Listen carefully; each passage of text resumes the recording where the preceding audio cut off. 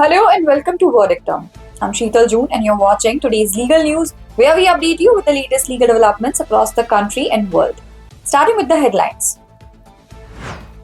Executive cannot become a judge, Supreme Court lays down pan-India guidelines on demolition of properties. Partial settlement in a criminal case not acceptable, rules Punjab and Haryana High Court. Trial court's duty to protect fundamental rights, Chinese national granted bail in Vivo China money laundering case. Court directs police to produce charge sheet filed in Shivaji statue collapse case. Now the news in detail. The Supreme Court today laid down pan-India guidelines on demolitions of properties by government authorities. The bench of Justice B.R. Gavai and Justice K.V. Vishwanathan pronounced judgment in writ petitions challenging bulldozer actions allegedly taken by authorities across the country against houses of accused persons as a punitive measure and observed that an executive cannot become a judge. Such high-handed arbitrariness cannot be permitted. Executive cannot determine who is guilty and cannot become a judge to decide if he is guilty or not, and such an act will be a transgression of limits, the court said.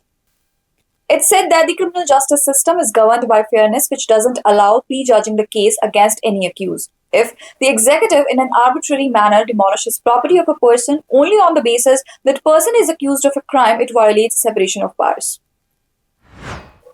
The Punjab and Haryana High Court has ruled that courts cannot accept partial or part-time compromises or settlements to save some of the accused in criminal cases. A division bench of Justice Sureshwar Thakur and Justice Sudipti Sharma said that all accused have to be tried jointly. A piecemeal settlement between the complainant or victim and some of the accused would be in conflict with the mandates of Section 223, what persons may be charged jointly, of the Code of Criminal Procedure, which now stands substituted by Section 246 of the Bharatiya Nagarik Suraksha Sanhita, BNSS, it ruled.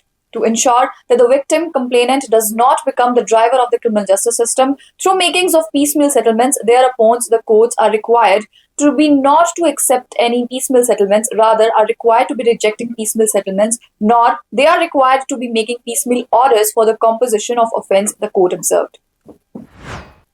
Granting bail to a Chinese national allegedly involved in a rupees 2,000 crore money laundering case linked to Vivo China, a Delhi court has held that it is the duty of the trial courts to protect the fundamental rights of an individual.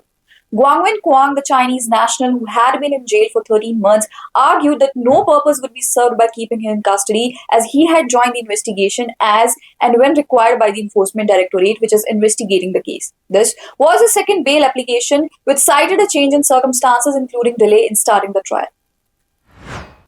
The Bombay High Court has directed the Maharashtra Police to produce the charge sheets it filed in the Chhatrapati Shivaji Maharaj 28-feet statue collapse for it to pursue while deciding the bail pleas of two accused arrested in the case.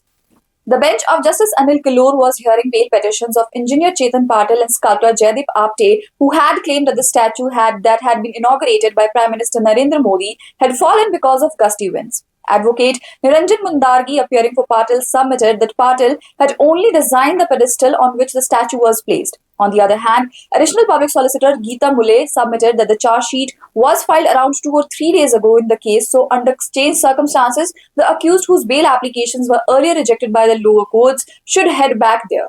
However, the bench directed the state to furnish the charge sheet so that the court can pursue the evidence against the accused and decide the bail applications in the High Court itself. That was all on today's legal news. Thank you and keep watching Verdictum. Subscribe to our channel and download the Verdictum app on iOS and Android devices for the latest legal updates.